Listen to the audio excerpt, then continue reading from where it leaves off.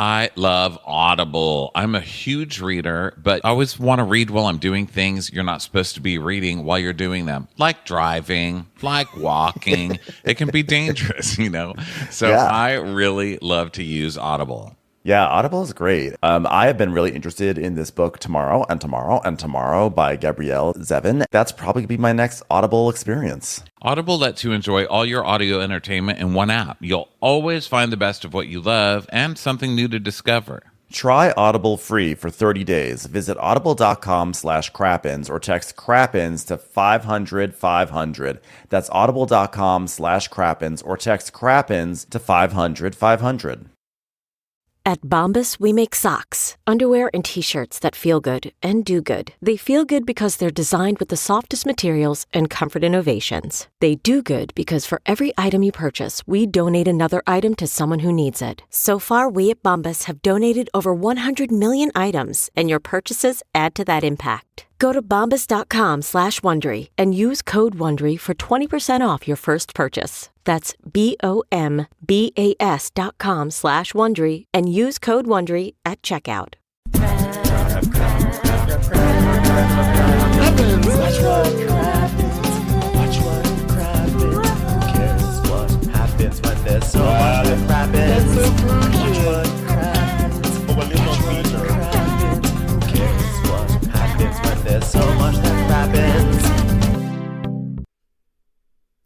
Hello and welcome to Watch What Crappens, a podcast about all that crap on Bravo that we just love to talk about. I'm Ben Mandelker, and joining me today is the one and only hilarious and wonderful RHONY Karam. Hi, RHONY. How are you? Well, hello. How are you, Ben? I am doing very well. We are fingers crossed on this recording, everyone. We've been having such crazy tech issues today. Lags, crashes, everything has gone really wrong. Like 2 hours worth of drama with the tech. So we have sort of applied some duct tape and some gum and some spit, and we've MacGyvered our setup together, and hopefully you will have a smooth and lovely podcast. But if not, just bear with us because we don't know what's going on. But anyway, the good news is we're here to talk about Real Housewives of New York. Real quickly before we dive into it, keep an ear out for Dwell Hello. That's back this week. That's on Wondery Plus, so go listen to it there. That's our House Hunters podcast. And then next week we have Crappy Hour, where we're talking all things Bravo on Instagram Live. Follow us on Instagram Live at Watch What Crappens, and then RHONY's at RHONY Karam. I'm at Ben Mandelker, so give us a follow on those platforms, and we're gonna talk with you guys next week over there on Instagram. And lastly, Patreon. Normally you can we do all our episodes on video, but today's is not on video because of aforementioned tech issues. So this is an audio only, but almost every other show we do is on video. So go support on Crappens On Demand level and you get access to those videos. And we also do a weekly bonus episode. So, go check all that out. And now let's dive into RHONY, which I also want to mention, by the way, RHONY, this was like our first RHONY episode with a new cast that had like a proper Real Housewives episode wherein there was a fight that lasted the entire hour, which I thought was a milestone for this cast. I think they finally got to that point where they actually were they got so angry at each other, or at least two people did, that the feud bubbled over multiple setups, Yeah. And part of that is just because they have nothing else going on. Not to take your positive and sling it into a negative, but let's be honest, okay? I think it should be like childhood, where you have the car ride to fight, and you get to the restaurant and you have to stop. There has to be another fight. Okay? Well, I don't need a chain fight. I was okay with it because I didn't need to have necessarily like another,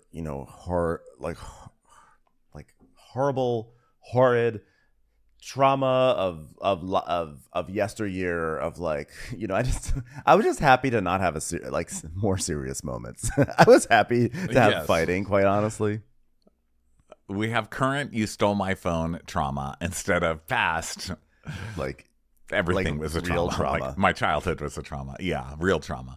It's definitely fun to have fun trauma. Yeah. Yay, fun trauma. So missing phones. So here we go. We're back in this "why did you take my phone" fight with Ubah and Erin.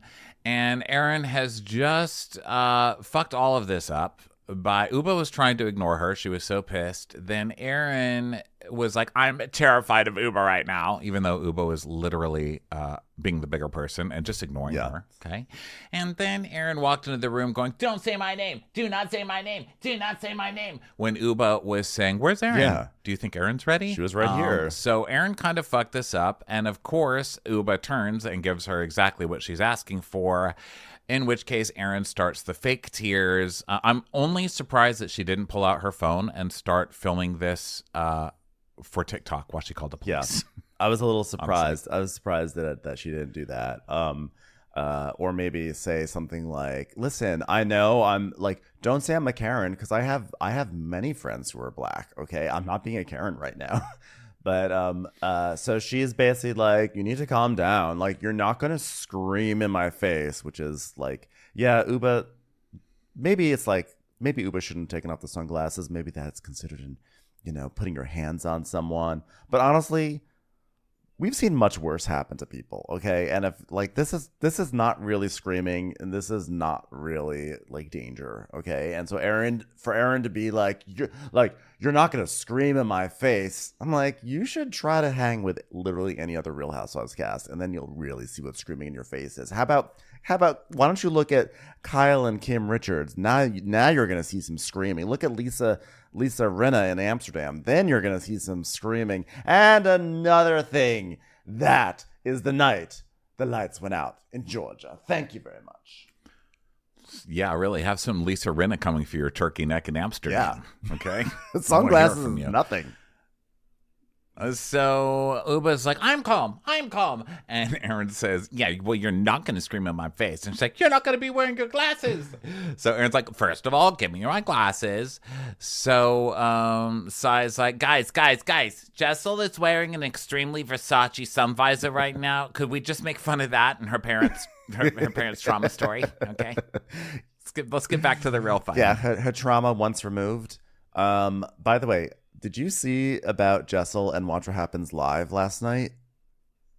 No. Okay. What happened? This is the funniest thing. And this is why I really enjoy Jessel, because she is, as you always say, a dodo bird. Okay. So Bryn was the guest on Watch What Happens Live, and so was Tyler Cameron, right? The guy from the tall, hot guy from Bachelor, right?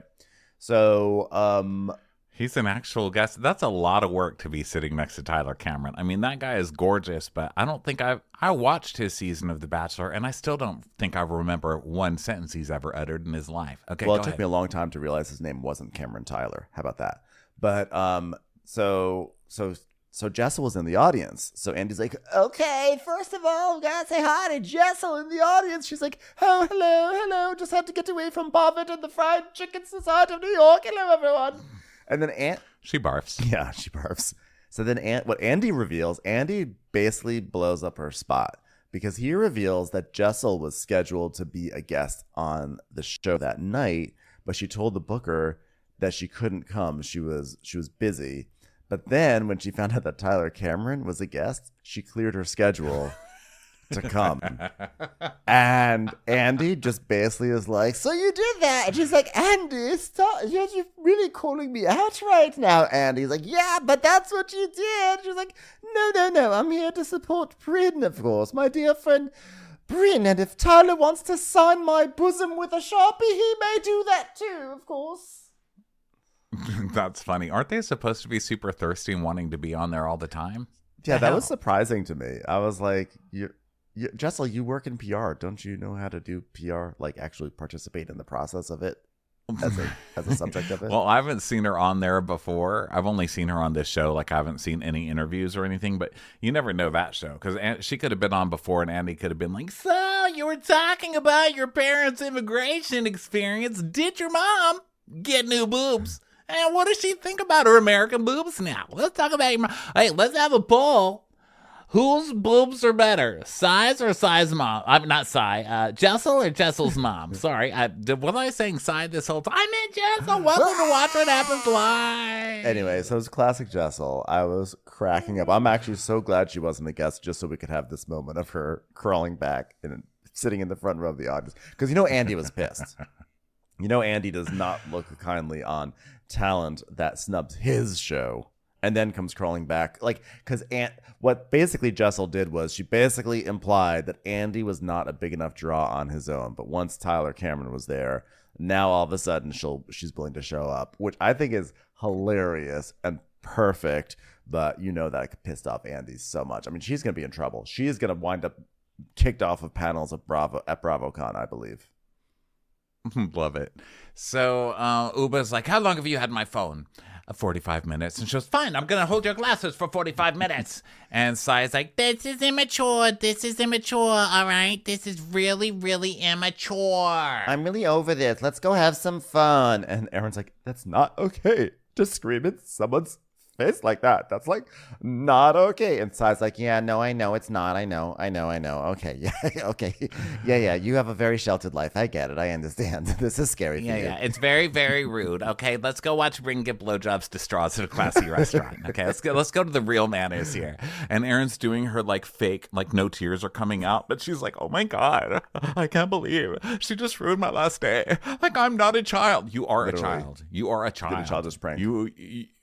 Yes, and so Erin's like, I mean, this is the first conflict I've ever had with her, and it's like the worst conflict I've ever had This in my life. This was worse than when Brad and Gwyneth hid my Trapper Keeper when I was just trying to do my homework while they were closing their sale. This was worse than that moment. Why would they even prank me? I was a little girl. Huh.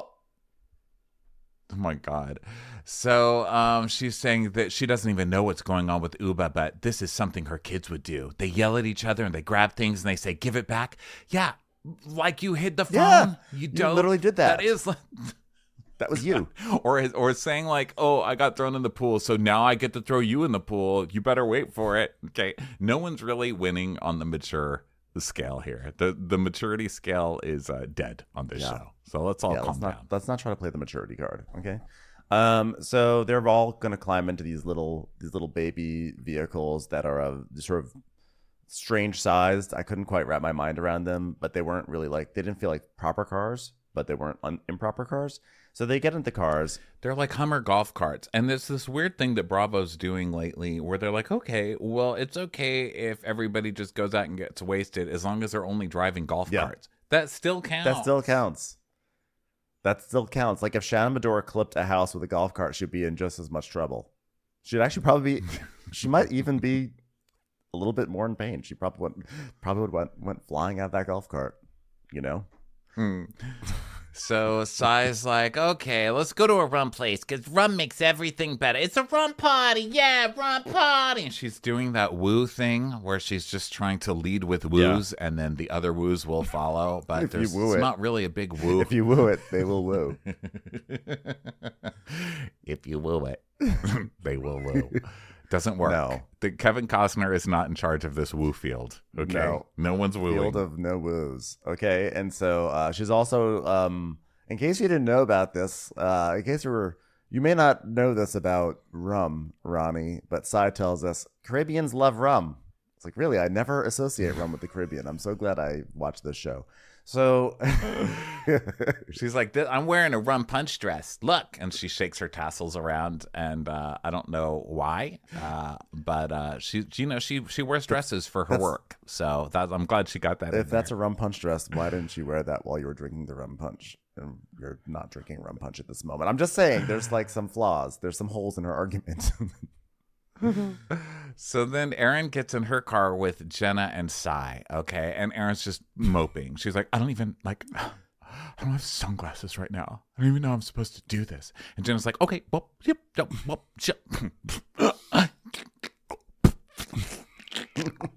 She's got a bad sounds connection. like a fucking ghost trying to like fucking slap her on the back, get it out. She's like, I'm gonna go get your sunglasses from over there. I'll be up right back. It's like, can you hear us?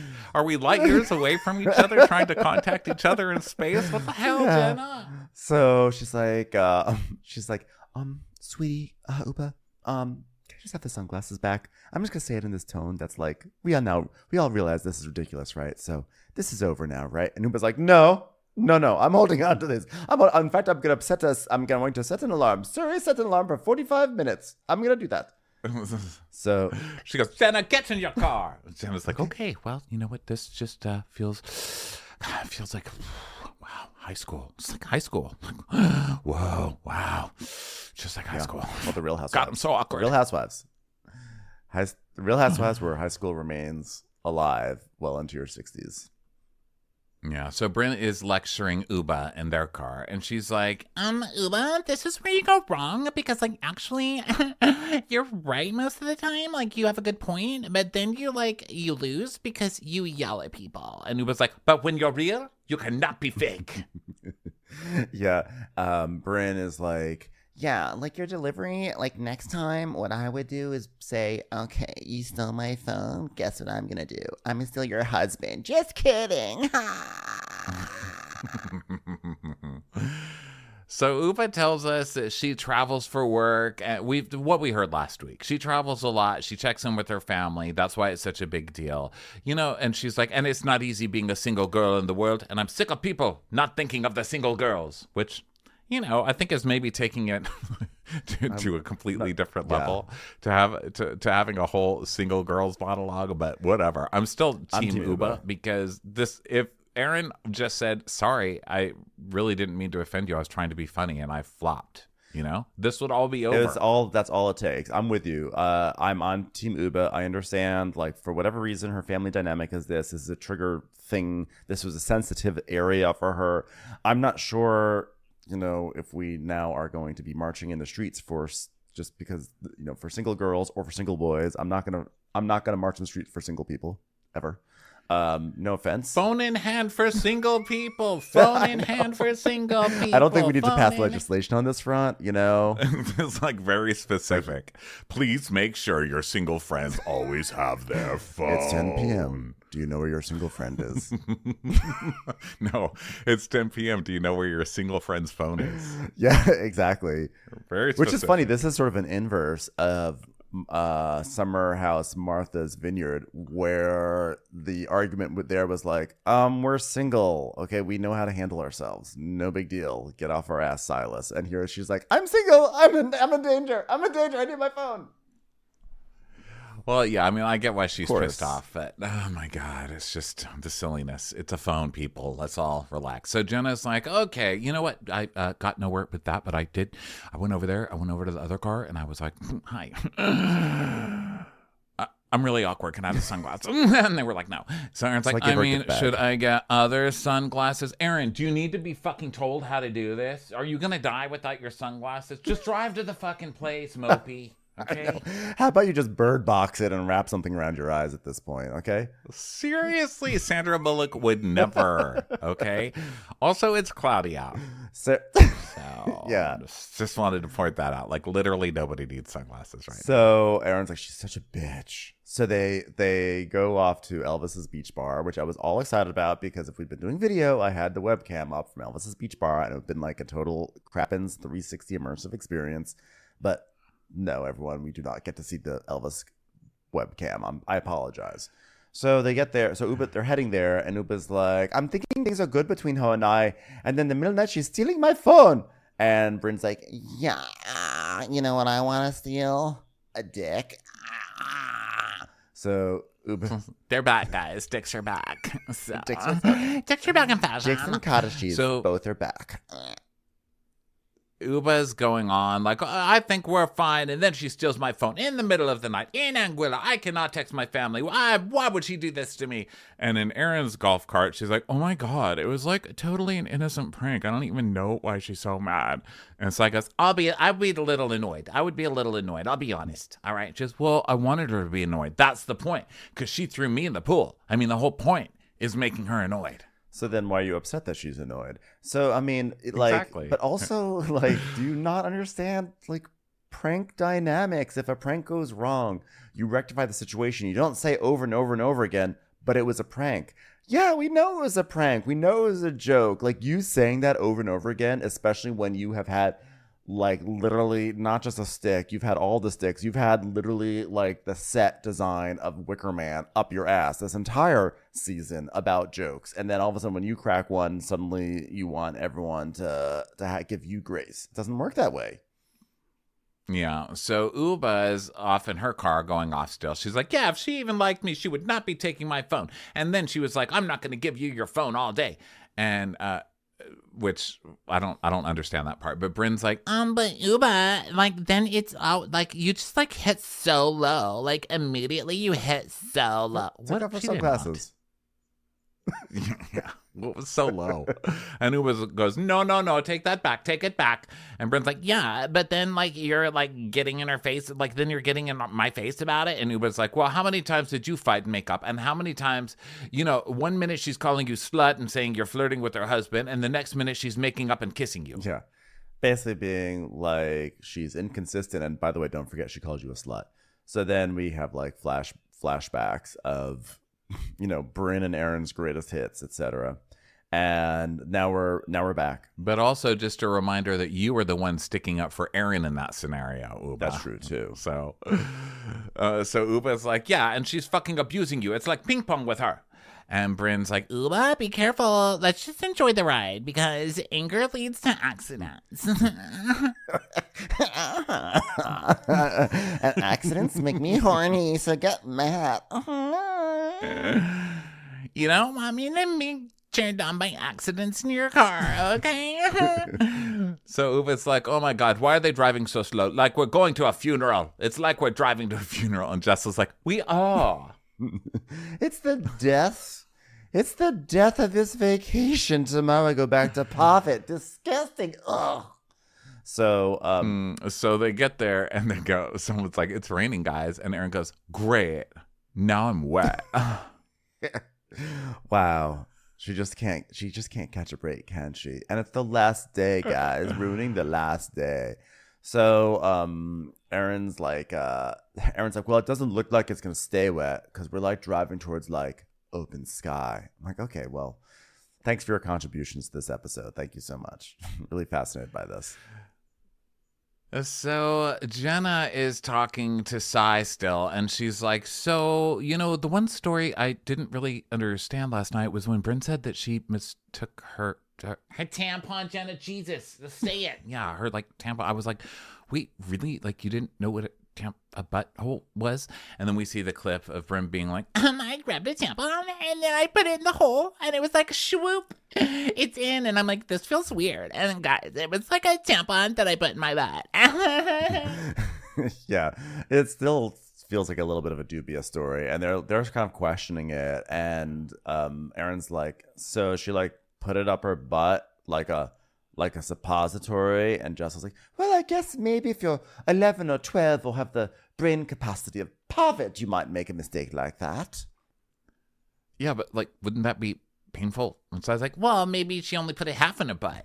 it's like, no, but you can't just put in half. Oh, yeah? Because when I first put on a tampon, I only put the first part and the rest of it was hanging out. And Jenna's like, oh my God, me too. Like the cardboard applicator thing. I didn't know I was supposed to take it out. Oh my God. Okay. Well, it is confusing. Okay. By the way, girls, I should mention, this would be a good time to mention that I have brought you all gift bags full of cardboard applicators for your tampons. It's a collab. Jenna Lyons tampons. Yeah, So. it's a collab.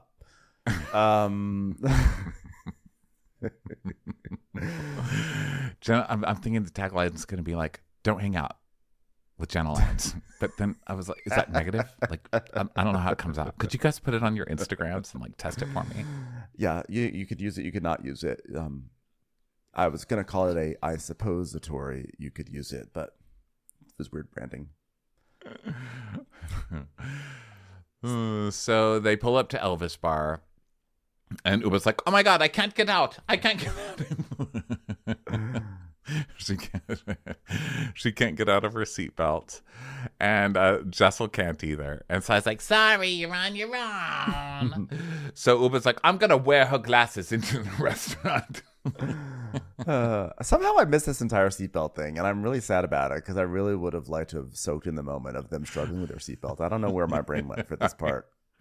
It was just so funny. I don't know why I write down every little thing, but it's like, of course, like the second they get there, the supermodel and the lady in fashion PR are like, How does seatbelts work? I do. What is this? Well, sometimes seatbelts will do weird shit, and then that's like embarrassing because then you're the person who can't figure out their seatbelt. Like, when you're wearing a seatbelt and suddenly it's like it suddenly becomes like a protective mother. It's like don't move, and you're like trying to move forward, and it's like no, you sit back. It's dangerous. It's holding you're you like, in. Whoa, what's going on here? It's like, you are too young to be dealing with yourself right now. You are in a car, mister. I'm like, I'm 40-something years old, lady. Let me go. Look both ways. Yeah, I do that on plane. I do that with plane seatbelts because I hate the finagling with the seatbelt. Like, oh my God, which end is this? Yeah. Is this the stick end, or is this the male end or the female end or whatever? And then you've got someone next to you. So now when I go on my seat, I immediately grab the belt. I'd like visually figure it out, grab it, and then like push it under where my legs are going to be. So there's no like accident hand, dingling of the other person where you're both doing that. Like, put on your seatbelt and then you're both dingling each other's hands, like making this sound.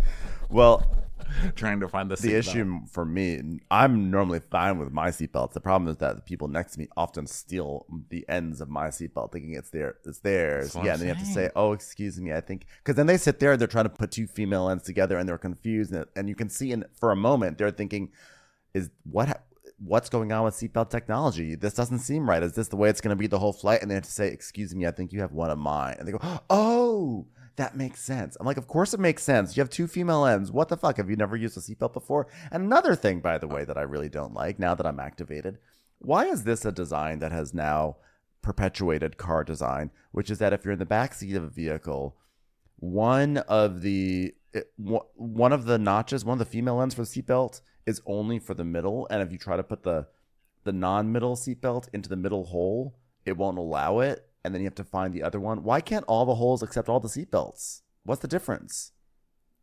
Oh, I don't know. You know what I'm talking about? Is that a backseat? It's a backseat thing. If you try to plug in, if you're sitting against the door and you try to plug in your seatbelt and you plug it into the middle seat female end by accident, it will not accept it. And you have to find the other one. And a lot of times the other one's like tucked away. And it's just like, why can't they both accept it? Why can't they both accept the seatbelt entry? I don't know. I have no answer for you. I don't believe in seatbelts in the back. No. So you know that about me. I'm like, I think it's not law, so I don't do it. I only do it if it's law. Oh, I thought that you felt that way only in like Ubers and cabs. I didn't realize you felt that way in all vehicles. In all cars. Wow. Yeah, because if we That's get like in a my wreck, grandma. I just want to hit the seat in front of me. Yeah, so if it's like a law, then I'll do it. But if it's not a law, then I won't do it, okay? You know what? You have to put that's why I pay taxes, so the people in the government can tell me what to do. And if they don't tell me to do it, I'm not going to do it, okay? Well, I just want to say for the record, I don't condone this, but you know what? You live your life, which may be shorter because you don't wear seatbelts in the back seat. Maybe it will be. Who knows? We'll enjoy that. So, well, whatever. My muffin top will not have marks on it when I die. Well, at least you don't have to So, suffer fuck all you through the guys. indignity of trying to figure out the proper female end in the back seat for seatbelts. Oh, jeez. Wow, welcome to Real Housewives of New York discourse. The seatbelt edition. It's time for a commercial. It's time for a Crappens commercial. Do you want to smell better everywhere? Because let's face it, our underarms are not the only place we have odor, Ronnie. Yep, that's why we're excited to tell you about Lumi Whole Body Deodorant for pits, privates, and beyond. So Lumi was created by an OBGYN who developed a uniquely formulated pH-balanced deodorant. It's aluminum-free, skin-safe, and clinically proven to control odor for up to 72 hours. Oh, and did we mention it's also clinically proven to control odor better than a shower with soap alone? Yeah, like 12 hours after a shower, the average person has an odor level of like 6 out of 10. That's after only 12 hours. But with Lumi, the average odor level is literally 0 out of 10. I am literally sitting here just sniffing this delicious whole body deodorant. I've got the toasted coconut right in front of me. It smells so wonderful. I feel like I'm actually being transported somewhere else. It literally is like, I literally cannot stop smelling it. Ronnie's watching me. He can see. As a special offer for listeners, new customers get $5 off a Lumi starter pack with code CRAPPENS at LumiDeodorant.com. That equates to over 40% off your starter pack when you visit LumiDeodorant.com and use code CRAPPENS.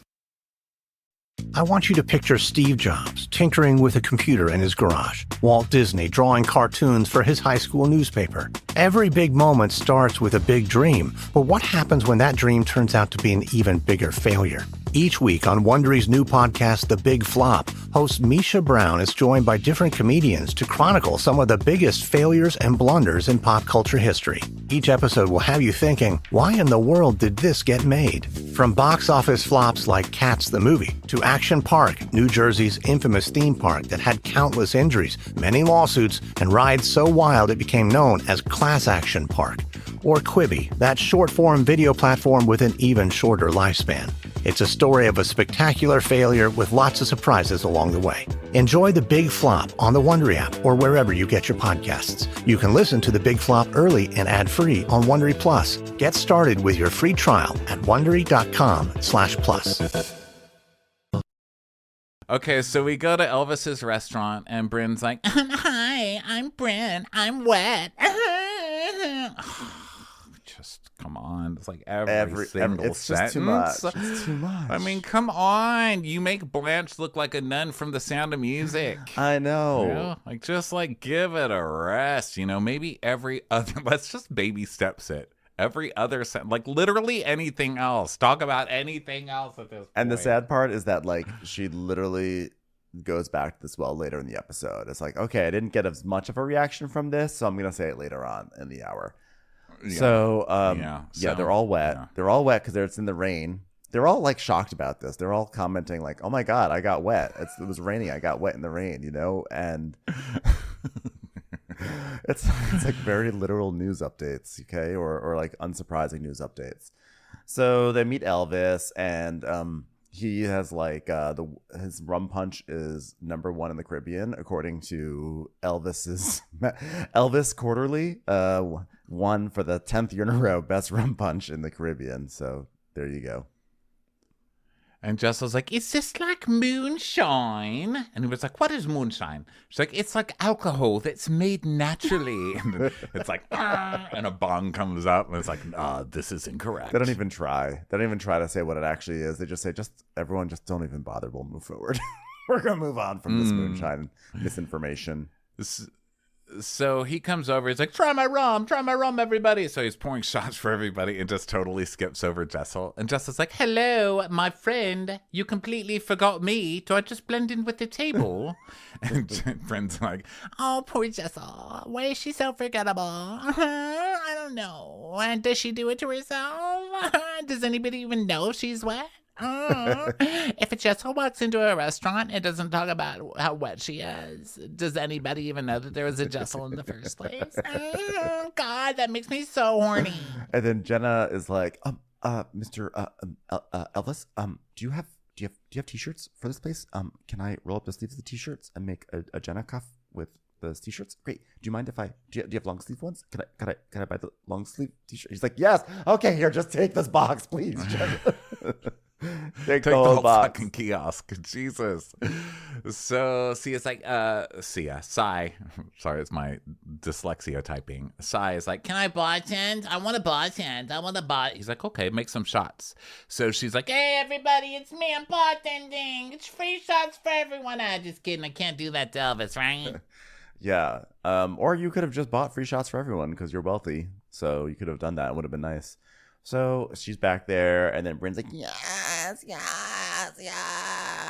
And she then tells us the story of bartending, which is that in her 20s she was a bartender. And so and the way she would do it is that, like, if you weren't ready with your payment when she came to you, then she just would skip over you. So yeah, bartending. yeah. So she's an asshole. I was like, okay, Hi, we've all known you. I wasn't gonna say it, Ronnie. For a moment, I was like, you know what? It's Yom Kippur. How about I don't pile on to Sai? But you know what? You're right. She was an asshole bartender. Yeah, she was that asshole bartender. And I also hate people who like stare at the menu and are like, what am I gonna get at Chipotle? I just don't understand how it works. you know, I do hate those people too. But I've been in so many New York bars where they're just like, yep. And you're like, wait, I did. What the hell? I didn't even take time. You didn't even give me time to take time. Okay, so Sai's like, oh, Jessel, sorry, I thought I already gave you one. She goes, are you serious? Everyone just keeps skipping her. Just forgotten about. So everyone's laughing, and then Bryn's like, Story of her life.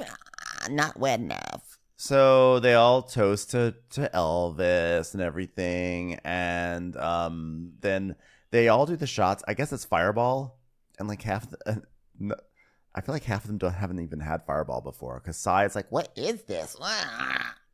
Even Erin has had Fireball. Like, it's sad if Erin can make some sort of, I don't want to even say pop culture, because I don't feel like Fireball is pop culture, but the fact that Erin is aware of something in youth culture before you, it's always a bad sign. I feel like it's very like privileged girl to know what Fireball is, don't you? I mean, the cast that says Fireball the most is Vanderpump Rules. I think that should say everything right there. Oh my God, I got Fireball wasted. So let's see. Jenna gets her T-shirt, and then we hear a phone alarm, and Jenna's like, "Oh my God, it's a phone alarm. That means it's get back the sunglasses alarm, right?" And Erin's like, it needs to touch someone else's hands before it comes to me. What does that mean? I guess maybe because it's like bad mojo or something like that. But RHONY, you know what? You missed something really important.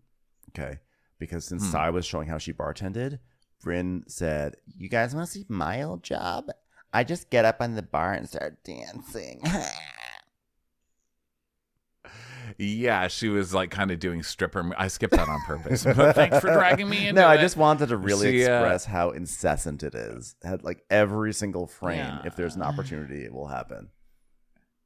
Guys, this is my old job, grinding up on tables. Oh my God, do not suggest I'm a sugar baby. How dare you? So Erin's like, yeah, it needs to touch someone else's hand before it comes to me. And Jenna's like, okay, well, then they're touching my hands. My hands are really cold. Do you have any gloves? Do you have any gloves? I like hands when I come to me too. And Erin goes, oh, thanks, Jenna. You found my sunglasses. And it was 45 minutes. She goes, why are you getting so mad? Talk to me like a normal friend. She goes, don't you tell me what to do. So sighs.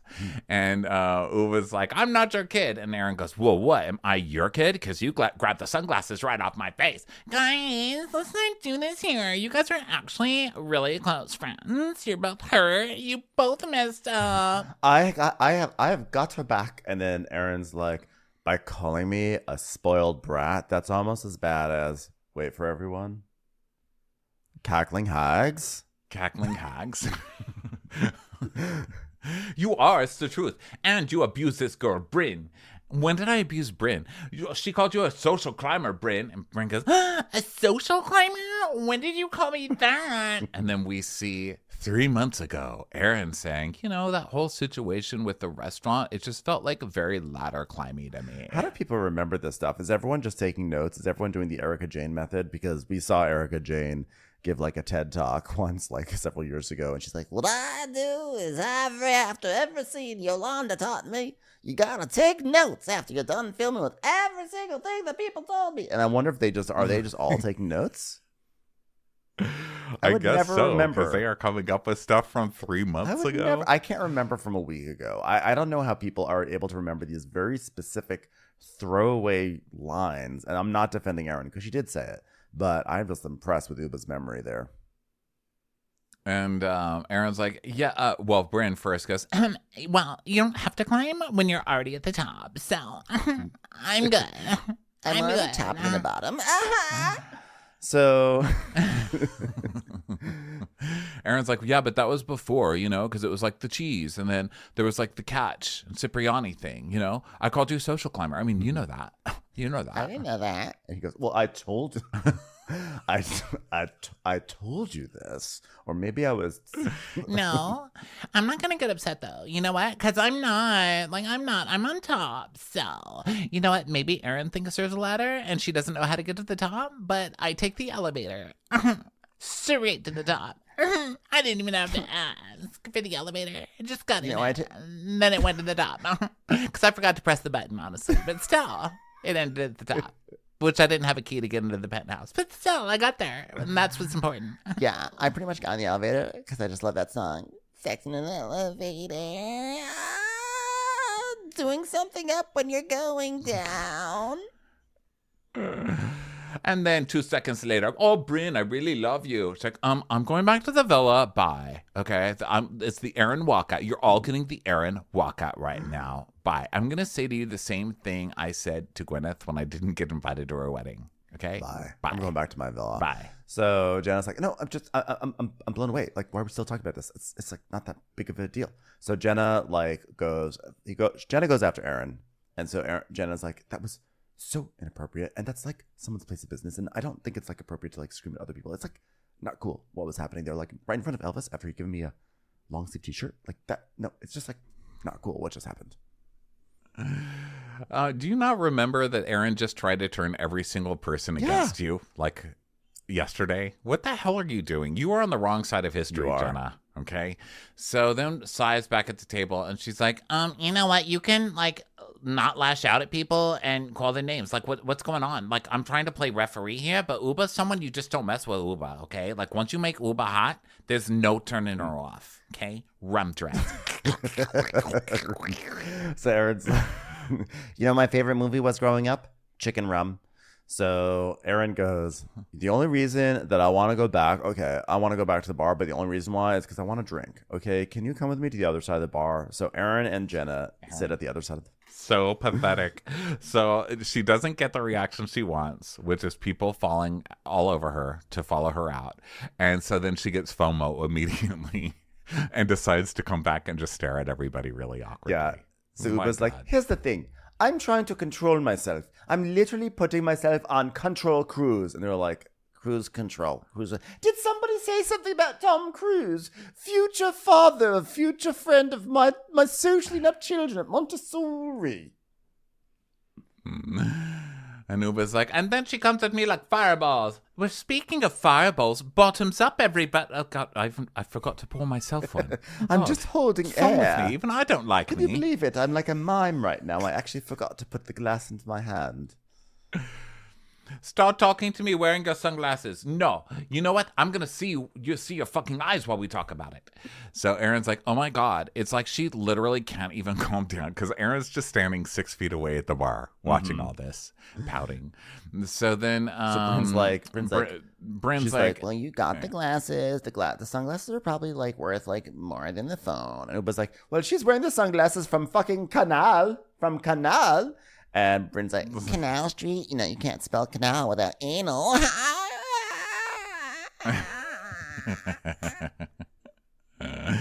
Jessica goes, oh my God, Canal Street. That's a really low blow. So then back to Erin. Erin's like, I mean, the fact that they're just staying there talking to Ubah right now. And Jenna's like, don't give it too much. You know what? Do like I do. Just don't give any energy. Just like literally, people will love you. All you literally have to do is sit here and like talk. Have you noticed it in Jenna's talking heads? Like this is the volume that she's speaking. I don't even know how they're picking up. I don't know. Jenna Like lines. I feel like you hear like every generator within a 5 square block radius because they have to bring up the volume so much. It's like truly. But by the way, we both knew. Erin not by the way, caring. we both knew that this was going to turn into Erin saying, "Wow, look," and then no one came after me to console me. You knew it was going to turn into that fight. For me, of course. Oh my God, she is so her. Yeah. You know, so Jenna's like if someone yelled at me standing over me, ripping the sunglasses off my head, I would be upset. And I mean, I can see that Erin's upset, and Ubah is relentless, and she won't let up. So yeah, like I'm team Erin in this moment, and I just want. Okay, you were in bed, first of all, through all of this wackiness last night because you were not. Wasn't she in bed last night when all of this was going on? Or I not don't with the remember. group? I don't Or was remember that the later in the logistics of episode? this very intense moment. I think she was. I don't remember. I'm not going to even say. Okay, if you also wouldn't be taking someone's phone and then going to bed with the phone while that person looked in the dark through the entire house. So I don't think it's fair to compare situations, ma'am. So meanwhile, the Ubah gang, they go and start playing limbo with a guy named Jeff. And so they're playing limbo. They're doing limbo dancing and everything. And they're like having a great time. And the music's like da da da da da da da da da da da da da da da da da. And then it like cuts to like sad Jenna and Erin trying to have like alternate fun by playing like Connect Four. And it's just like They're playing Connect It's 4. like Oh my god. so sad. And the music's like Jenna goes, so do you want to play Connect 4? I mean, we can play something else if you want. She goes, no, I'm going to play Connect 4. That's a great game. it's trying to sell They go herself over, on and they're really Connect Four, because that's what I do. I connect with people, okay? And like the music, it is literally like so happy and joyous on one side, and every time they cut back to Connect Four, it's like the Schindler's List theme song. It's like no no no no no no no no no no no no no. Oh my god. So, Am I allowed to sing that on yeah, Yom Kippur? I think I was just being a very bad Jew right now. I don't know. I was like, wow, that was Edgy. You really went there for this Connect 4. It was the first sad You music really went reference I all could the come up way with. to the dark Well, side. what should I don't know. It should have been Adele.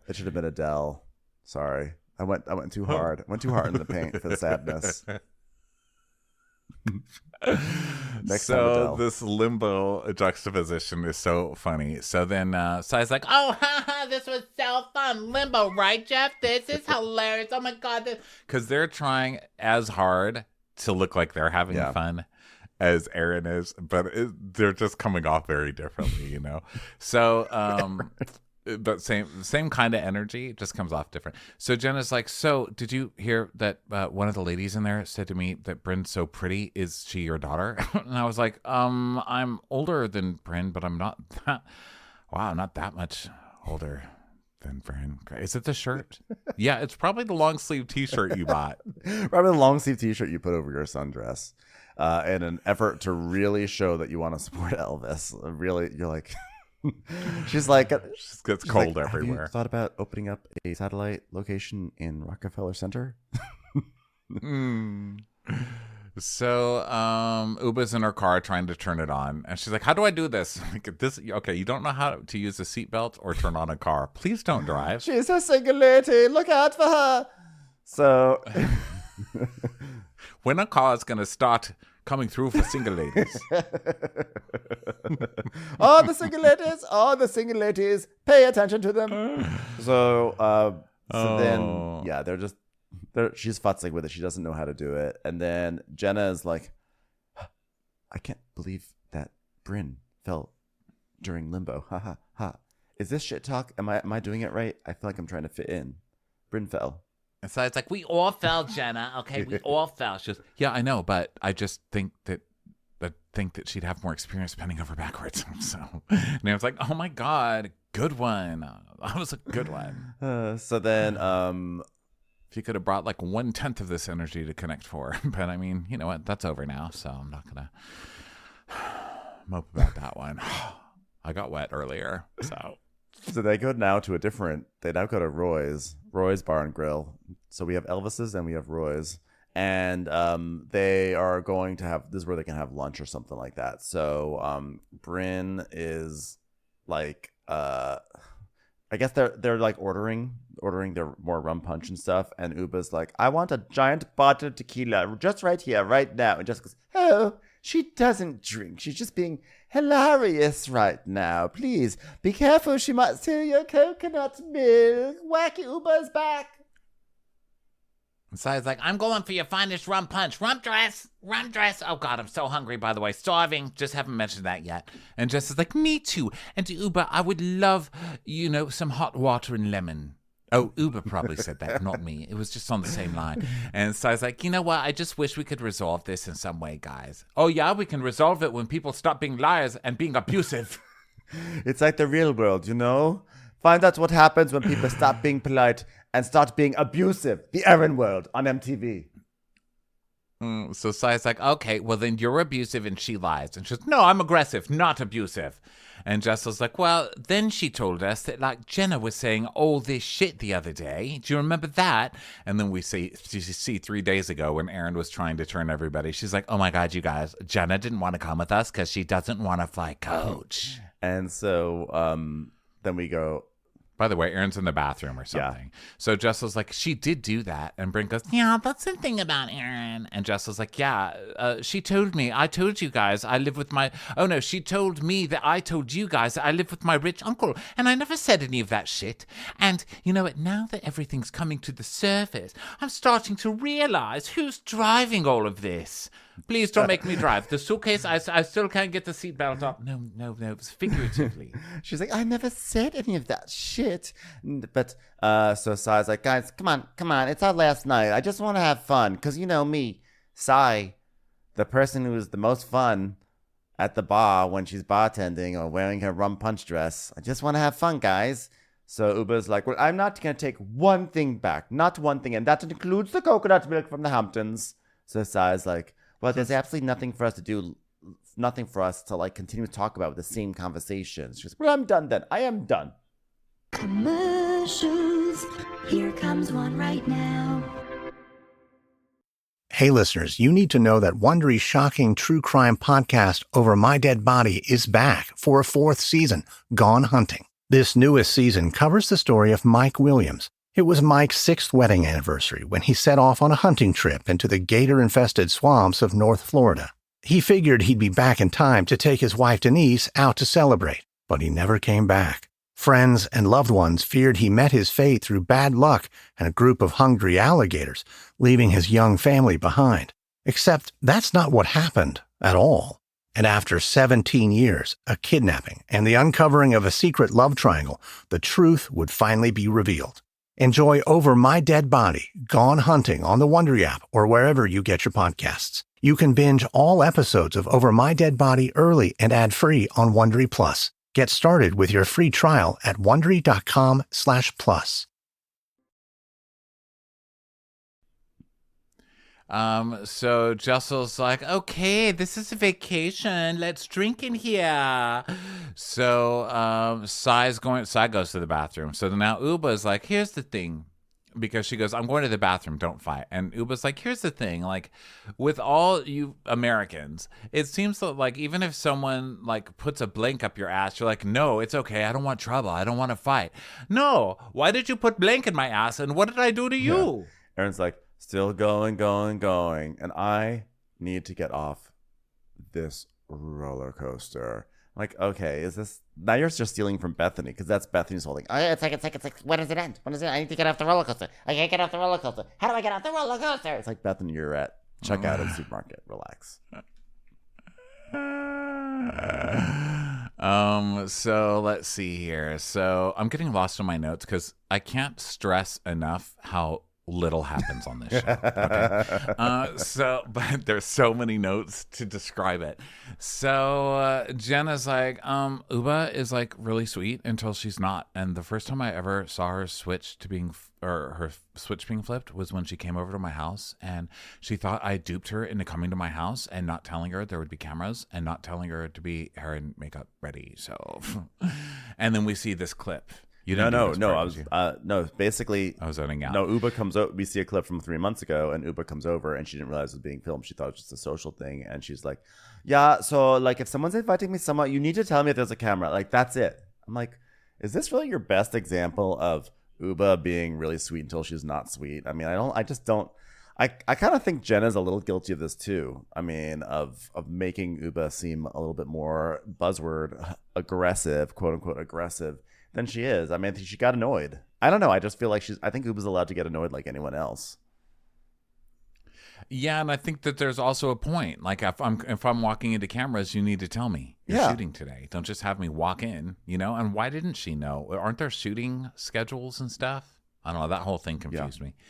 So when I said buzzword, by the way, what I meant to say, not buzzword, because that made it sound like I was mocking the whole thing about Black women being unduly called aggressive. I meant like, here is the word that, like, you know, I was giving it air quotes. I wasn't actually calling Ubah aggressive. I just want to clarify that. Right, you were saying that this is the word that Jenna's like guilty white of the same thing say, of like anytime someone gets upset, it's like, oh, now they're the first time I saw her being aggressive or whatever. It's microaggression. Which she didn't say that, but there's like some layers in there that I felt like I picked up from Jenna, and I love Jenna, but I noticed it a little bit. So Jenna's like, so Ubah's, I don't know, I don't care. Like, honestly, I'm reading through these notes, like, sweet just until so she's not annoyed. sweet. Like, how many episodes are there? So Sai's like, stop this. Where's meditative Ubah? Just stop. And Bryn's like, Yeah, you know what? We need to get Ubah food. There's one thing oh, and Ubah's like, you know what? There's one thing I don't do. Like, I don't come at you. I don't yell at you. No, who said that? Bryn said that to Ubah. And oh my God, my head's about to pop off my fucking shoulders today. So Bryn's like, Yeah, here's one thing I won't do. I won't come at you, and I do not yell at you. you have started something every week, Bryn. Okay? I'm not saying she's yelled at anybody, but for Bryn to be like the moral authority on who needs to behave better on this show is just silly.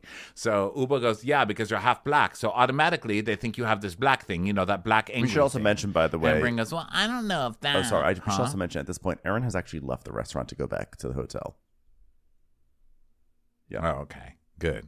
So I'm like, wow, I'm relieved. I'm not even at the restaurant. I'm like, whoo, thank God. Yeah. So, yeah, because Ubah says, like, they automatically think you have this black thing. And Bryn's like, well, I don't know about that. And she goes, well, I am so done with this narrative that black women are angry. Like, we are passionate and we don't take your shit. And we are not like, we are not fake. Okay. So guess what? And Sai's like, yeah, but like, doesn't give you the right to get into someone's face. And Ubah's like, but guess what? She was on my face telling me what the thing is. And Sai's like, well, I don't want to hear about this conversation anymore. Which I'm like, I feel like Sai does that all the time. She just says, I don't want to hear it. I don't want to hear it. I don't want to hear it. But then, Sai's bored unless you're talking about Sai. Like she's literally bored at every party unless she's throwing it. She's bored at every dinner unless it's her thing. She's bored in every conversation that doesn't you have to like participate in the show, ma'am. So Ubah's like, well, if you don't want to hear about the conversation, don't jump in, because when you're jumping in, it makes me want to correct you too. Yeah. So Sai says she agrees with Ubah that when black women get upset, people automatically think it's the angry black woman mentality when you're just showing emotion like any other woman. However, she doesn't think it has anything to do with this conversation.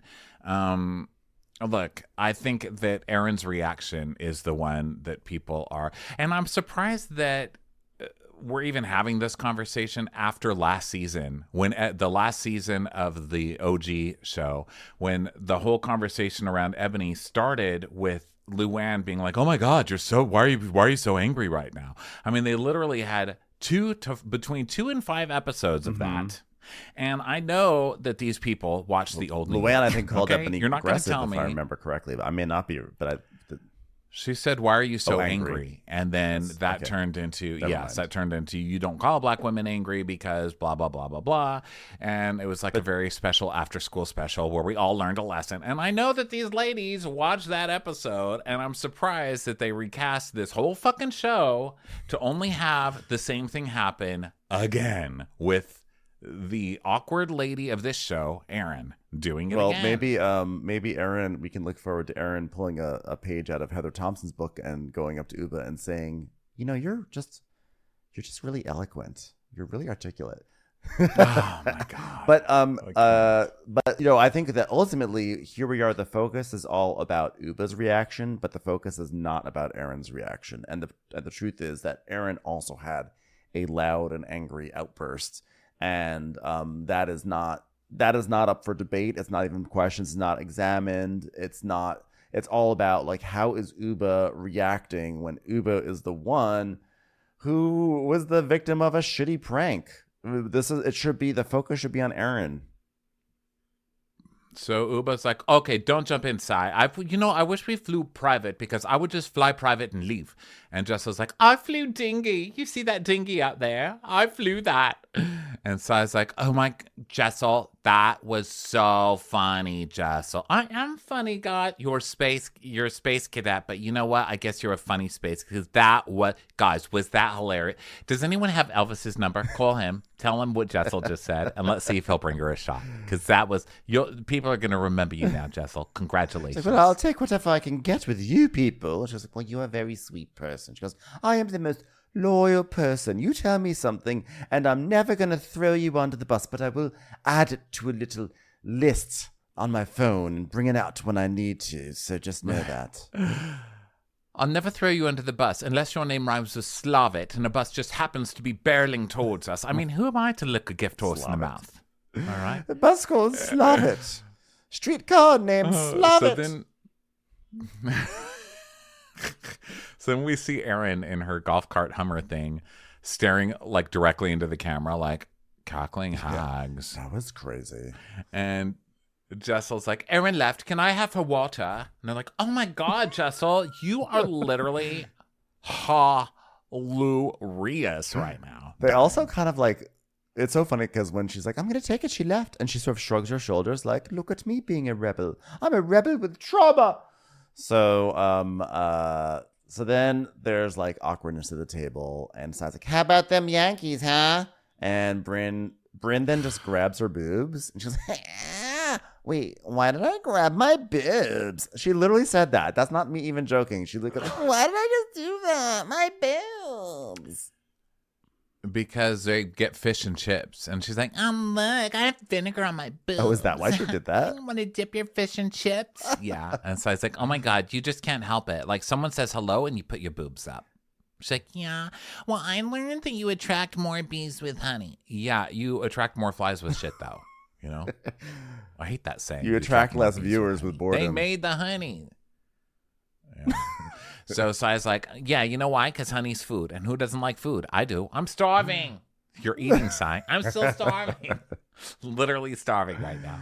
So Bryn learned early on that, like, you know, getting attention for things gives you power. And like she talks about how she was, you know, she talks about her grandma and how she grew up, she wanted to be a doctor. And her grandma really encouraged her to do so many things. And then she was at IU, like Indiana University, and she was like, you know, she was like going to be pre-med and she was all up in that cadaver working around. Like she was all into it. And like, but no one was proud of her. But the second that she was potentially going to marry a Turkish billionaire, then people were proud of her. So the long story short, Bryn is all about external validation. Apparently, she's like, she will literally give up her career based on what people think of her. Well, it's basically her origin story. And so it's been interesting because, you know, all the discourse I feel online has been like, you know, Bryn acts like this because this is like her insecurity and the only way that she can get attention. So she's like, yeah, I learned from the age of 5 where everyone's around me is a lawyer and like a judge that they're so smart. But if I'm like, Bryn, then I'm in a safe place. I'm like, well, you know, yes. I'm glad, you know, you just saved yourself a lot of money in therapy, but take the vinegar. Well, from, I mean, look, the I understand why I she mean? does it. Like I feel like it's very clear why she does it. And unfortunately, we do live in a society where, yeah, that is like rewarded. Where listen, if you just act cute and flirtatious, you can just sort of get things. So like, it speaks to larger societal issues. But that being said, it's well, like, I guess my surprise is that she realizes it, is what I'm saying. I'm surprised that it's that clear in her head. Yeah. You know, because it seems like it's not clear. It seems like it's just a complete. It seems like I look at the behavior and sometimes I'm like, wow, you need to really talk to somebody. But she already knows. She knows. I think that she know? seems So, very there you go. smart. She seems like a very smart person. I think she seems fairly self-aware. And I get like, you know, how the damage in her life like led her to a path of like, this is how she behaves because of whatever psychological needs that she meets, whatever. And, you know, whatever, it's fine. But like, just because I understand the psychological, you know, blueprint of it all and see what, like, I understand more her origin story for why she's like incessantly like, doesn't mean I have to find it less annoying. Like I get it now, but it's still annoying to me. Yeah. So Bryn's like, You know, like I've done everything. Like I started a business. I exceeded the corporate ladder. Not really sure what that means, but I did exceed a With an ladder. elevator. So that was fun. I was like, bye ladder. But you know, like I did, it's not just the social ladder that I exceeded, which still makes no sense, but the corporate ladder. And I did all of that. Okay. and she By the way, tells us, that was get paid- Bravo. This is Bravo throwing a breadcrumb at those of us who are like, what does Yes. Bryn do? Yes, after Bryn had her social media meltdown a couple of weeks ago, where she's like, Bravo doesn't even show what I do, so don't get mad at me. so they're showing now. And she's like, well, I get paid really well to do like 10 hours of work a week. And I really honed in on what I'm really, really good at. So now I'm seen as an expert, and my clients of the past now come to me as a consultant. 10 hours a week. I don't. Wait a minute. I still don't understand. She's a consultant. This doesn't add up. She's an elevator. None of this adds up. She can just like, This is how you run an elevator. I'm glad that they gave her a chance to kind of explain herself, and now I'm confused. Before I wasn't really confused. I was just like, oh, okay. But you know what's also advertising. Now I'm more confused. You get paid for 10 hours a week of being a professional about or consulting on what? Yeah. What? Well, so it's need interesting more. because it's like for the first time all season, at least as far as we've seen, Bryn is starting to talk about her professional life. And so what does Sai do? She goes, so how is it like being raised by your grandma? Can we talk about that again? I'm like, really? Like, we already learned. I mean, it's fine. I'm happy to learn about it. But I was excited to learn about Bryn's professional life. And Sai's like, no, let's talk about the thing that's going to make you cry. Can you cry right now for me? Okay, that'd be great. So, of course, you know, Bryn talked about how amazing this woman was. And she starts to cry. And it's like very lovely and emotional. And she's talking about how her grandma was a big influence on her and really pushed her to travel and do all these different things. And it's very lovely, but I'm also like, but we kind of already went to this well before earlier in the season, and I wanted to like explore a new side of Bryn too. So she's crying, and Sai's just nodding like, yeah, good for you. Crying, more tears. And Jess is like, can I say something? Mimi, is that her name? Miami, Tom Mimosa. Cruise. Is it Tom Mimosa? Cruise, if he were here, and who knows, maybe in a year from now he will be, because his child and my child will be friends. He will be so proud of you when he meets you. Am I crying right now? Oh, God, Tommy references always make me cry. I am crying. Okay, just go with it, everybody. Just go with it. All right, tears will come. Tears will come. And Sai's like, you got a new family now. Oh, okay. A family in which some members of the family could get fired by an arbitrary non-family force. Yes. So then Erin calls her husband and starts sobbing on the phone with him. Oh, no, she calls her dad. Yeah. Her dad. And he's like, come on, don't cry. And she's like, I love Ubah, but like we go to dinner and she leaves her phone in the car. So I'm like, I'm going to prank her. So like I had her phone like 2 minutes and she went crazy. And the way she treated me today was like, I've never in my life been treated like that. Okay. How many times are you going to lie in one segment? You did not have the phone. You did not go back to the car and get her phone. The driver came and handed you the phone. And it was not 2 minutes. It was after bedtime, and you went to bed while she was looking at you lie every week. This lady lies. This was not 2 minutes. She says that to like, get her dad to be fully supporting her, So he's like, what did she do? And he's like, she stood up over me and snatched the sunglasses out of my face and says, you're not going to get your sunglasses back. He goes, and did you answer that? And she's like, no. I walked away. He's like, good, you're smart. Just ignore, and it's going to be best ending. Well, she did come in the room saying, don't say my name, while calling her scary and aggressive instead of apologizing. But I guess that makes the story too long. So just keep lying, Erin. Just keep lying. So she's like, well, what if she comes and talks to me, though, Dad? And he goes, let her talk. And then in the end say, listen, I've been there for you, and we've been friends all this time, but let's respect each other. Okay, now don't get upset, Sugar Pie. Don't get upset. Bye, click. I mean, he hangs up on her really quick, and then we get some Erin trauma, guys. Let's all gather around. By the way, before the Erin trauma, I just want to say Erin has gone out of her way several times this episode already to say how like Ubah's acting like a child. What is this? This is like a child. This is something that a child does. I can't believe this would do this. This is what a child does. And like the moment someone pushes back on Erin, Dad, someone was mean to me. Someone was mean to me, Dad. Exactly. She calls her dad to Tattletail. So some Erin trauma moment. She's like, I feel like I'm back for 11th grade. 7th grade, sorry.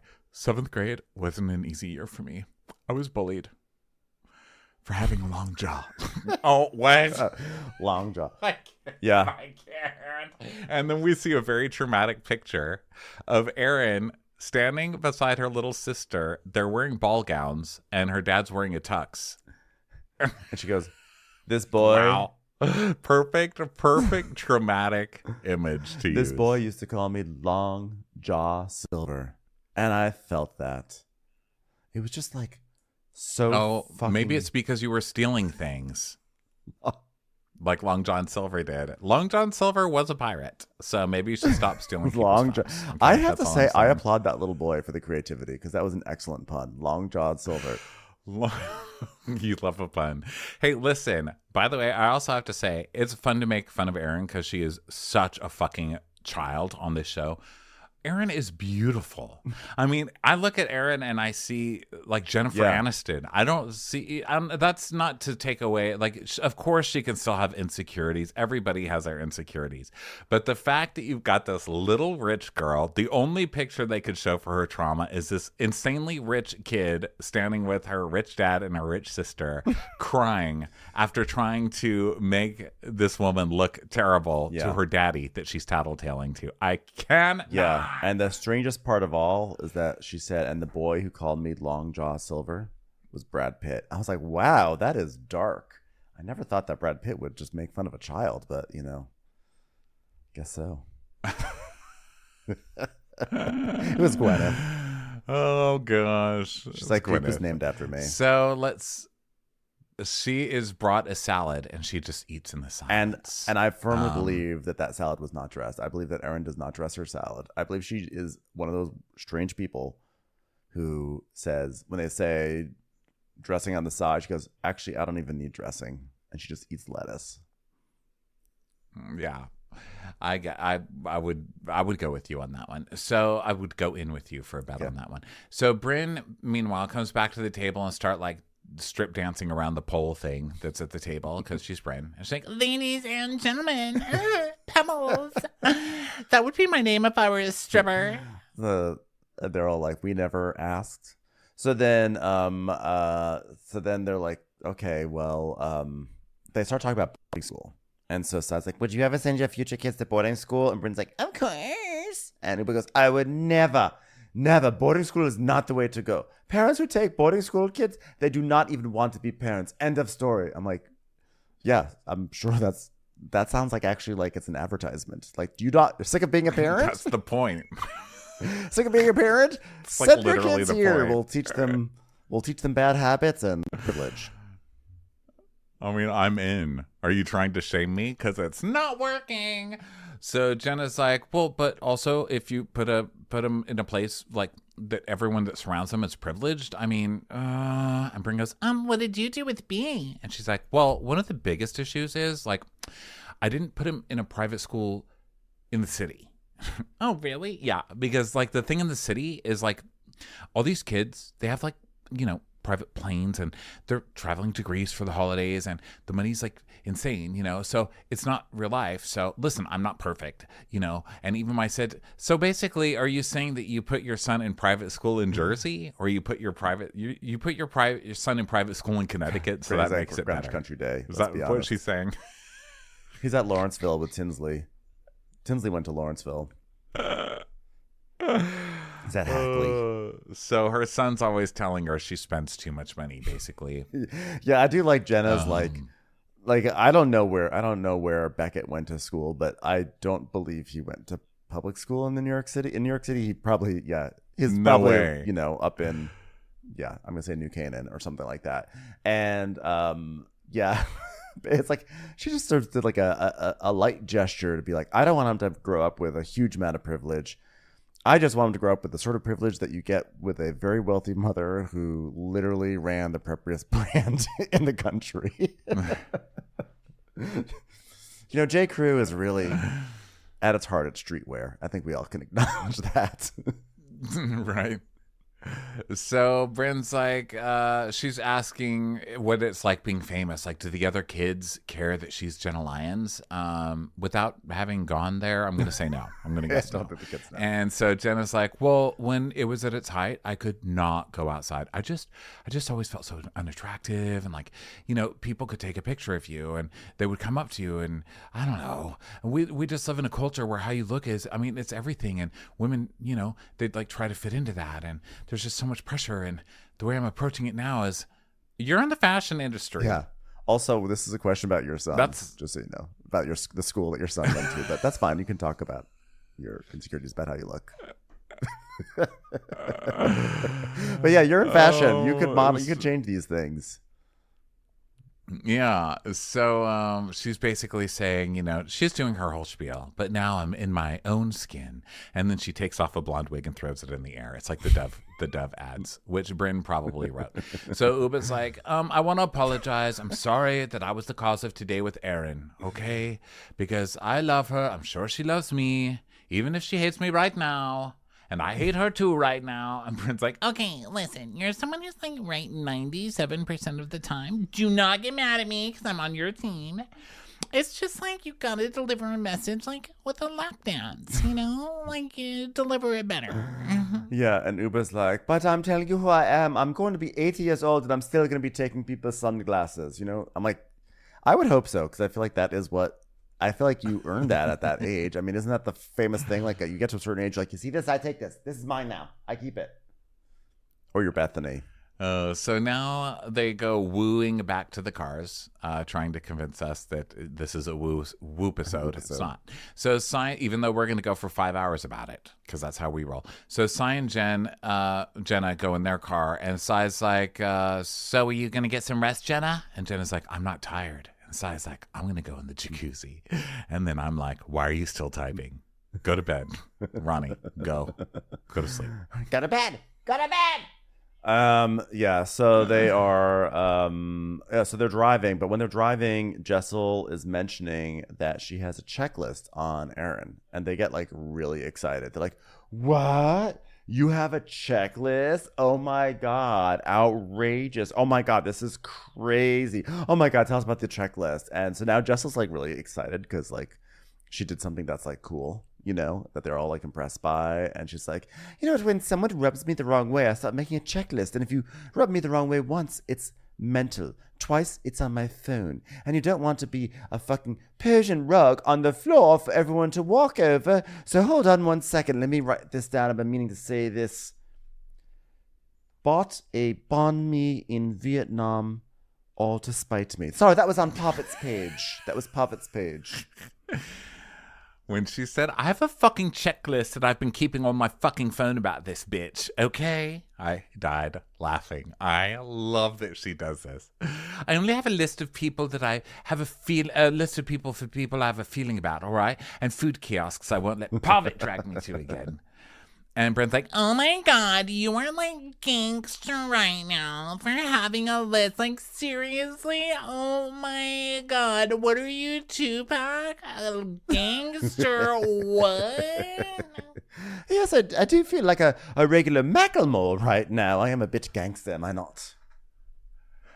And Bryn goes, do you have a list for me? Because if you do have a list for me, I won't hold it against you. And Ubah goes, no. If you have a list for me, I will apologize. Okay, I apologize. So Jessel's like, okay, let me read you the list. Number 1, fuck you, okay? When these girls abandoned you for Casa Cipriani, I stayed with your dumbass and had dinner. Number 2, you fucking tell me that I'm used to being catered to. No one and nothing is catered to me. Hold on 1 second. I'm receiving a past app. Yes, oh, thank you so much. Sorry, I was a little hungry there. No one caters to me. So then Jessel's like, and then you tell me that I'm fucking from a rich family and you're accusing my parents of buying my fucking apartment. Fuck you. Oh, this is a Dear John letter. And Bryn's like, this list is longer than a CVS receipt. And it was like, wait. Guys. She pulls up to Jenna's car and she goes, guys, we just found out. Jessel's Al Capone. Yeah, she has a list. She's been taking notes this whole time. Me too. I wonder if both of our lists are just pointless. I wonder if Jessel's like me reading my Real Housewives of New York notes, where she's just like, why am I even writing this down? This is the most boring person I've ever taken notes on. Probably. And then Jenna's like, I have zero idea what's going on. Like, I don't know what an Al Capone list is. I do know that he had a vault and that he went to public school. And so he understood the world. What really killed Al Capone was going to private school in a snobby town. He was going to church. So they race the cars and woo a lot. And Jessel is still reading this list. She's like, I'm not the dum-dum of the group. She is. And that is all. And Sai's like, wow, I'm trying to diffuse the situation. And we're like finally getting Ubah down. And then here comes Jessel. Girl, don't add fuel to the fire. I mean, it's getting worse. I mean, also, Bryn is tipsy. You know what? Like, it's comical at this point. I'm like, is it comical? So they're back at the villa now, and Jessel's still kind of like riding this high of being like the cool badass for a moment. She's like, everyone thinks I like being silent, whatever. I have things to say. And then they're like, okay, moving it. Like, and that was it for Jessel for the episode. Yeah, pretty much. So now they're back at home and they're still talking about this list. It's so hilarious. So then Ubah goes to the chef and apologizes because she left the house all pissed off earlier, but everything's fine now. So then Erin's like, Ubah, come on, let's go talk outside. So they go outside and Erin's like, just come here and sit with me, Ubah. She goes, say it nice. She goes, Ubah, can you please come here and sit down with me, okay? There. So she tells us that she grew up with 4 siblings, so she knows how to resolve things, and she's ready to stay calm and resolve this situation for the sake of our trip, which is over. Go ahead. Yeah, I know how to listen. I grew up with 4 siblings, and I know that the way you resolve it is you tattletale to dad, and that fixes it. So, so then, meanwhile, Jenna's asking Brian, who's like one of the chefs, for more coffee, and he's like, for you, of course. She goes, oh my God, there's like something about your voice that's like so soothing. Like if I can't sleep, will you come talk to me? Will you talk to me? Like, because like I could not sleep at all. And if you just been talking to me, I would have been like, oh, can you talk to me at bedtime? So it's like, woman, get out of my face. Okay, I could do that. This is Jenna's like big wacky scene, and then she goes to bed. She's like, bye, I will not be shooting with you losers anymore. I did a wacky coffee scene. So Erin's like, okay, I'm just gonna go ahead. Oh, actually, can we take the sunglasses off? And Erin's like, sure. So she takes off the sunglasses and she goes, it's just that I was crying because I was very, very upset. Well, your eyes are beautiful. She goes, I want to talk to you because I actually love you. And that's why I'm so hurt. Do you think I love you? What do you think? I think you do. But the way you treated me today was shocking. And it hurt me more because I actually love you. I love you. And Ubah's like, oh, okay, well, you have the right to feel that way. She goes, okay. So I was like, I'm going to take her phone. It was like a prank, because you threw me in the pool. And it was lighthearted. And then the way you behaved today was so incongruous with what I was doing to you. That is shocking. I was shocked. It was so and incongruous. It was like, okay. It was so incongruous because she says it wrong. And then Ubah's like, okay, I see your point. But, I had the best day. And, like, me throwing you in the pool was the best thing because when you came out, I was, like, cracking up. And I was like, okay, there's nothing left. I put you in the water and there's no reason to retaliate because of that. So, like, I'll go to my room. And it's like, where's my phone? And, like, why did Erin not give me my phone back, And she's like, but I was trying to prank you back. She goes, but I didn't know that. She goes, well, you should have asked me then. But here's the thing. You already threw me in the pool.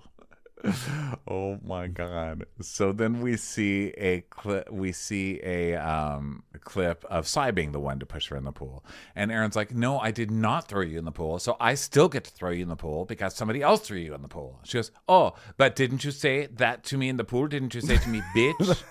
That cleared the record. She goes, why didn't you say, bitch, I did not throw you yet. That's what you should have said to me. And I'm cracking up at this point. And Erin's like, no, I said to Sai, I said, that's my bitch. That's what I said. She goes, oh my God. Do you have common sense? And she goes, don't talk to me like that. I'm like sick of you talking to me nasty. You know, I do think that that Ubah getting thrown in the pool counts as It equal. counts. Because the whole thing is not that, like, it's not about like that you got to do it. The whole point is that you were thrown in the pool, so now Ubah gets thrown in the pool. It's like that's karma. That counts as karma. Oh my God, I can't even Also, get by the into way, it. by the So way, Sai's by the way, I even if Sai never threw her in the pool, I don't think stealing someone's phone as a prank I don't think that that equates. That's like not a natural progression of that prank war. Because the thing is that like pushing someone in the pool is actually, I would argue, maybe not even a prank. I think it's a pool. You got pushed in the pool. So like the only way to get even with that is to push someone in the pool in return. I think that's how that works. Because prank to me is hiding something, is fooling someone. There's like a sense of mischief and duplicity. I think so I think that even if all had gone well, this phone thing is not the proper response to the pool thing. So my gavel is down and I say Erin is guilty again. I'm exhausted. I don't care. Wow, Like, sigh. Wow, you really just okay. sighed me up right there. I'm sorry. I can't with this conversation. Not because of you, because of this fight. It's like literally cannot. So Sai's like, oh my God, guys, it's World War III outside. And Bryn's like, can you hear it? Oh my God. First of all, love your outfit. It's glam. So now they're watching this fight, spying. And Erin's like, do not talk to me, condescending Ubah. She's condescending. You're a liar. She goes, oh, now I'm a liar. You are a liar. Oh, well, am I calling you names? Don't call me names, Ubah. No, you're just saying your behavior was shocking. I was terrified. So Jessel is on her phone clicking in the hot tub alone. And Sai goes, oh my God, look at Jessel. She's typing this shit down. Bryn's like, yeah, she's like taking notes. She's like documenting our entire friendship. Maybe I should show her my badge so she can describe it in her notes. So then, oh my God, thank God Jenna's back for some wacky Jenna scenes. You know, Jenna is by far the fan favorite on the show. I can't wait to see what she brings to this scene. She goes to the chef. She's like, I've not stopped thinking about your brownies. Are we going to have brownies for dessert? Oh my God, I can't wait to taste them. he's like, sure. Okay. He's like, well, as long as there's chocolate involved, let me know. Okay. Got to go back to work. So then, so now Erin is like, she's like, Ubah, I can't even look at you. I never talked to you like that. I never treated you like that. I never called you a piece of shit. She goes, let me tell you something, okay? Let me tell you something. Try to make me understand why I feel this way. She goes, why? She goes, I want you to stay. Okay, you know what? I'm going to show you why it's important for me to always have my phone. It is very, very important for me to always have my phone because I've got family. And look at all the things they're writing on my phone. I can't find my phone. Where's my phone? Where's my phone? Like, where is it? Can't find my phone. So she's lost her phone again. So she calls Bryn over to go find her phone. And Bryn's like, oh my God, I'll find it. And it was like, I think it's in the car. So Erin's like, she never loses her phone. She never lets it out of her sight. Yet somehow in the middle of the conversation, she doesn't have her phone. I mean, also, can I just say, I don't remember Ubah ever calling her a piece of shit. I don't remember Did that she? either. Because that sounds like more lies. Just going to say, while you're lying, just keep throwing some more on there. So Ubah's like, well, guess what? I don't know where my phone is. And Erin goes, well, what if someone's playing a prank on you? Just nobody will not have to react like the way I did to you, okay? Because I have to report to my family. Like I have to tell them where I am every morning. And Erin's like, well, I would never keep your phone all night. She goes, but you did that to me. She goes, you think I was trying to prank you to hurt you? She goes, well, you must not talk, you know, like, let me say, hold on. I want to show you something on my phone. And so then Erin goes, well, I don't want to wait here all day. It's like, excuse me, ma'am. And she's like, okay, well, then fine. We'll do it later. She goes, well, what do you need the phone for? She's like, you know what? Don't pressure me. You're pressuring me right now. Don't pressure me. then we can talk later. She goes, no, I don't want to talk later. I want to move on. She goes, then fine, we're done. How about that? The conversation is over. And she goes, oh, okay. You want it to be over then? Fine. Oh my God. You are such a fucking victim. I can't. So Ubah walks off and Sai's like, why can't we squash this? And Erin's like, well, I extended the olive branch and I was like, let's sit down and talk about it. But, you know, she has to look for her phone for 45 minutes. So I'm going to go put a bathing suit on and then I'm going to drop kick her in the pool.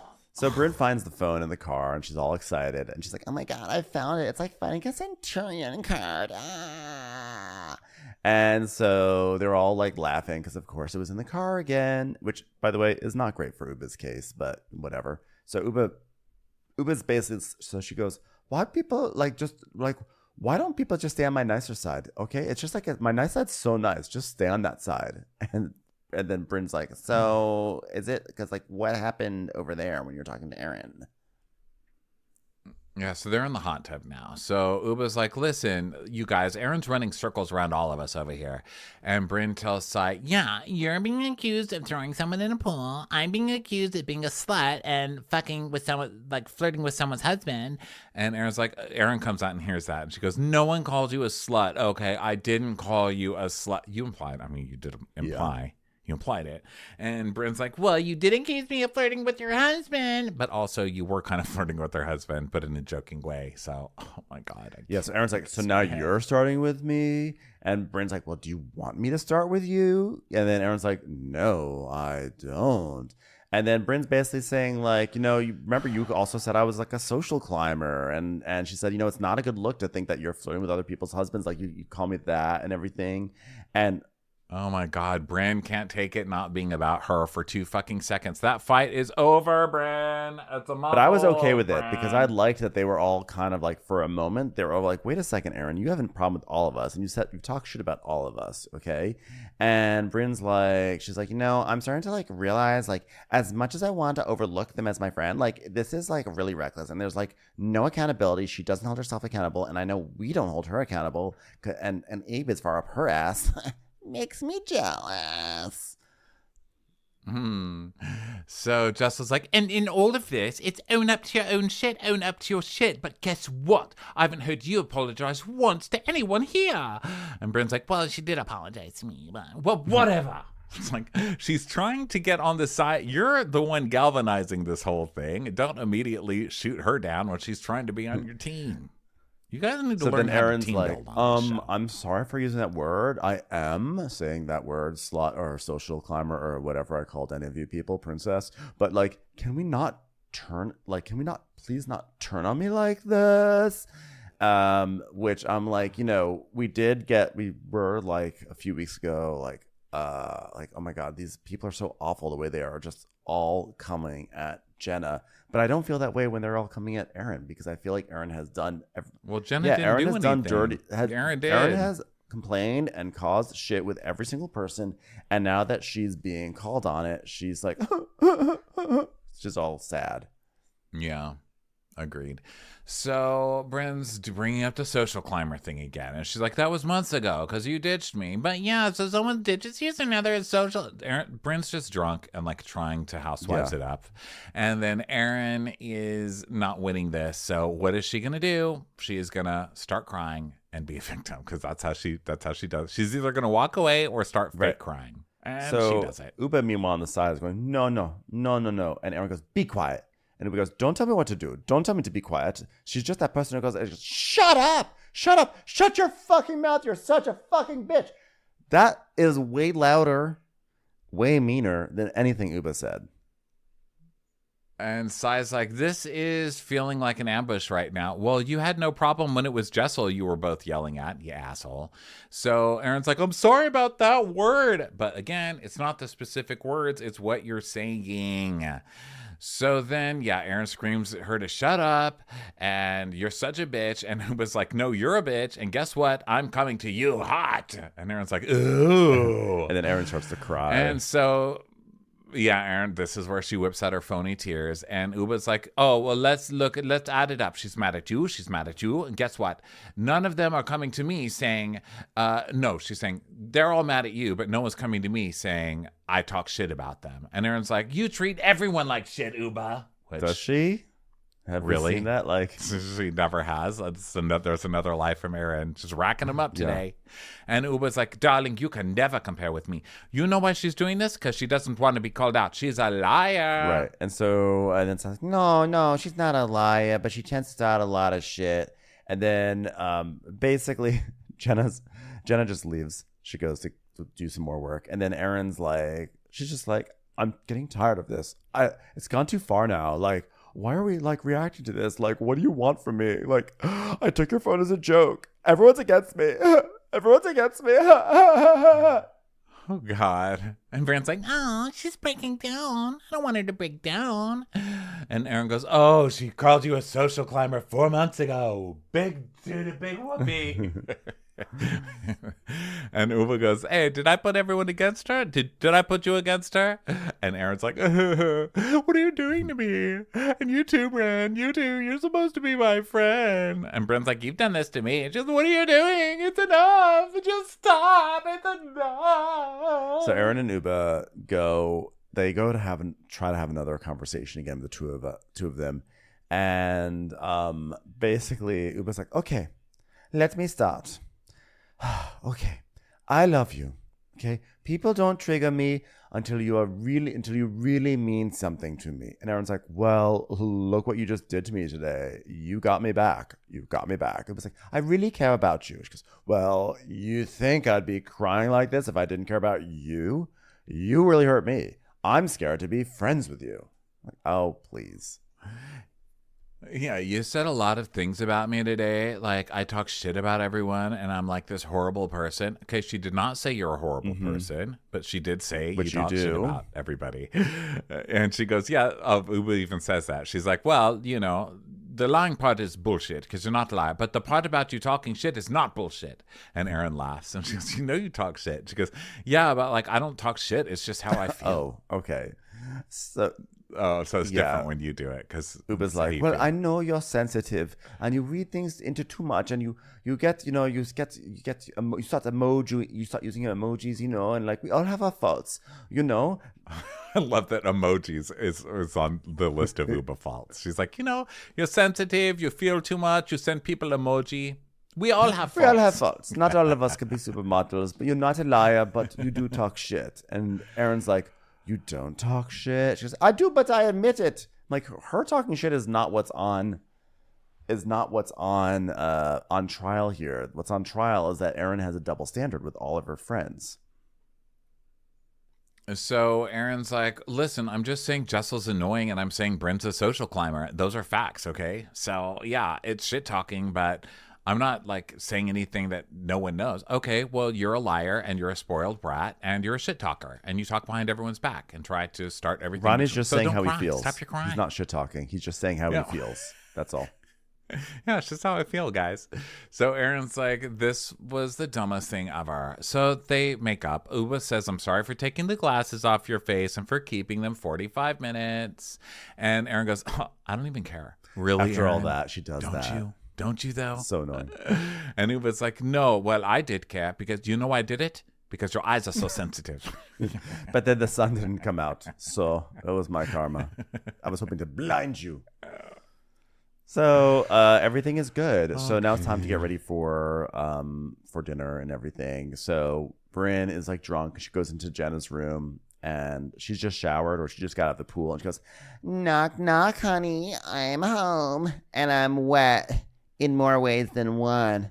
What I'm trying to say is my vagina's wet. I'm wet.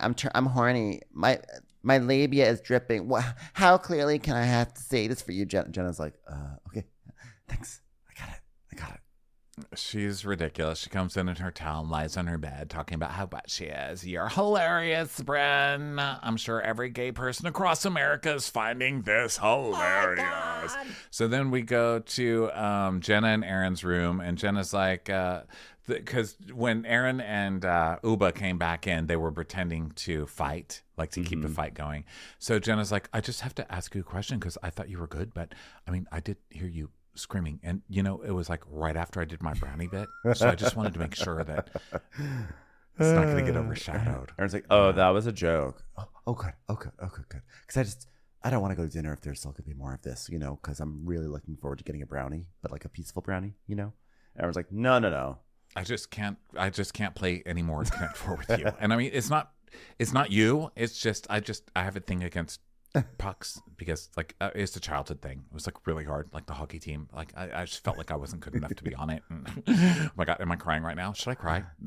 Could you bring me a brownie? I'm gonna cry under the brownie. Just get. And Erin goes, no, it was rough, and they all ganged up on me in the hot tub. So like it was so intense. But like now I know how you felt the other night when I was someone leading a charge against you.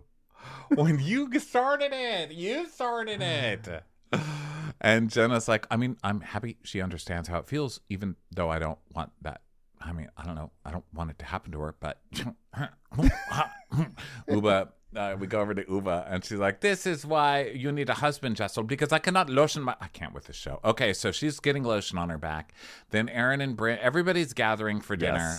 Yes. Bryn is completely wasted. She's wasted. She is. And so they're gonna be they're just like talking about stuff, and so then eventually they do talk about when they're gonna be landing the next day. They're gonna be like, some of them are landing late, like Erin says she's landing at 9 p.m. and that Abe won't even be there because he's gonna be at a Grateful Dead concert. And then Sai goes, I can't believe he listens to heavy metal. And I was like, ugh, Sai. But then it turns out she was referencing the fact that it was Jessel who didn't know. And Jessel's like, oh, so he's a headbanger. Ooh, is he into heavy metal?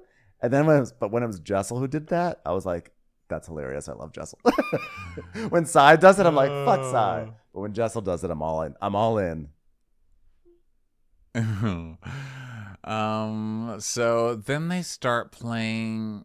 Is this where they start playing the like, oh my God, you know what we should do, guys? We should play a game and go around the table and talk about everybody's favorite outfit. Oh my God. When that happened, I was like, this was a really good episode, actually. Like, I really enjoyed this episode. I enjoyed all the bickering and I enjoyed the fighting. And I felt like it was just like, it was because it felt like it was coming from like a real place, like real petty bullshit. But of course, they had to wedge in, you know, fashion show. Let's look at that outfit. I love that outfit. Your outfit was great. You looked so good in that outfit. They literally go through everybody's outfit. And Sai's like, Bryn, I mean, I love this orange dress. I was like, you can't even think back to like 5 minutes. I think Sai just doesn't pay attention. She's like, this one. This is the one that's in front of me. And Jessica goes, yeah, if Bryn was a dress, this dress would be the dress. Yeah, because it's the color of a caution sign. It's just a warning sign, like, do not fuck with this road. Also, so they're like, overall. By the way, I was going to say, Erin, meanwhile, speaking of outfits, Erin was wearing a dress that literally looked like scrambled eggs. It was yellow with like little green and little red like elements to it. And I was like, she is dressed like she is a plate at Denny's right now. So then, guess what? They have talked about trauma. They have fought about something incredibly stupid for a really long time. They've talked about their outfits. What is the only thing they have not done that they do on every episode of this show? Take a selfie. Group selfie time, everybody. Shopping and selfies. So they do that. And Jenna, of course, is like, is this a photo or a video? Like, am I smiling? Brownie? Can I hold up brownie? Is the Connect Four in the background? And that brings us to the end of Real Housewives of New York City. Well, thanks everyone for being here and for listening. Sorry we don't have a video this week, but we'll get the videos back up and running very, very, very shortly. Everyone have a wonderful day, and we'll catch y'all later. Bye. Bye. Watch What Crappens would like to thank its premium sponsors. Ain't no thing like Allison King. Ashley Savoni, she don't take no baloney. Strolling the park with Caitlin Clark. She's not just a Sheila, she's a Daniela. Itchels. Erin McNicholas, she don't miss no trickolas. She's never scary. It's the Green Fairy. Jamie, she has no last namey. Hava Nagila Weber. Know your worth with Jason Kurth. Sip some scotch with Jessica Trotch. She's always supplying. It's Kelly Ryan. Kristen the Piston Anderson. Let's give a kisserino to Lisa Lino. Megan Berg. You can't have a burger without the Berg.